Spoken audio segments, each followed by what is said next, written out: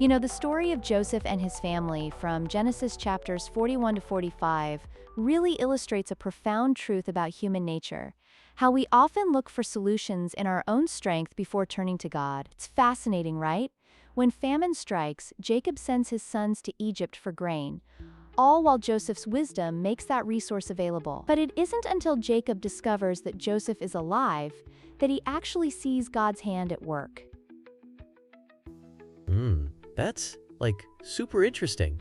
So it's almost like a light bulb moment for him. I mean, do you think a lot of us do that? Waiting for a crisis to actually realize, oh wait, maybe I should look towards something bigger than just myself? Exactly. Just like Jacob and his sons, we tend to rely on worldly solutions before we turn to God.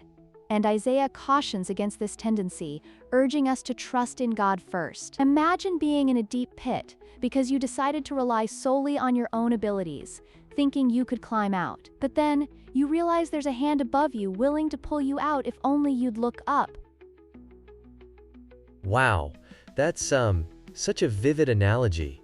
I mean, have you ever found yourself in that kind of situation? Like, not turning to a friend or mentor until you've tried everything else? Oh, all the time. I remember when I was faced with a huge decision, like choosing a career path. I sought advice from friends, read all sorts of self-help books. But it wasn't until I took a moment to really pray and reflect that I found clarity. That's the thing. Even our second choices can be used by God to fulfill His will. But wouldn't it be smarter if we sought Him first? Yeah, there's a sense of peace and guidance, right? It reminds me of that moment in life when you realize you really don't have it all figured out, and then, boom! You start seeing things differently. Absolutely. This tendency to first resort to worldly solutions before turning to God is such a human reflex. The Bible is filled with narratives that showcase this. Look at Adam and Eve. They choose Cain, though God brings hope through Seth. Israel cries out for a king and receives Saul, but God ultimately anoints David. Whoa, that's wild.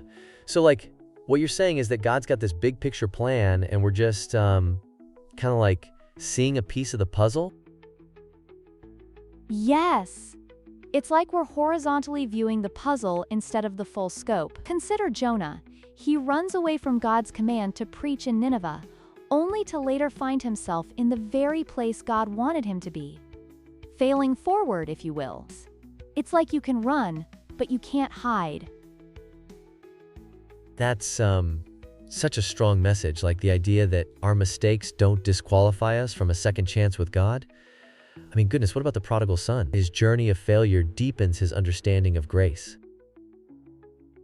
Exactly. The prodigal son is a beautiful imagery of redemption.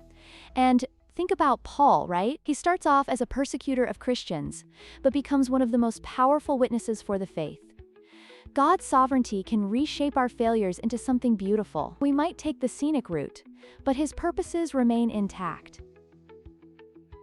So it's even our B plans can somehow weave back into God's grand design? That's super encouraging. Precisely. Human choices can influence timing, sure, but they never derail God's ultimate plan. That's truly heartening. No matter how far off course we go, God remains faithful to His promises.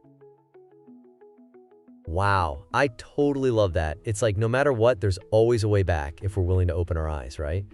So, what's the takeaway here for folks listening in? The takeaway is simple yet profound. Trust God first, even when the world around you is chaotic. Remember, your failures don't disqualify you. God can still use your story for His purpose. Yes. That's such a refreshing perspective. I think so many people will resonate with that, it gives hope to anyone feeling lost.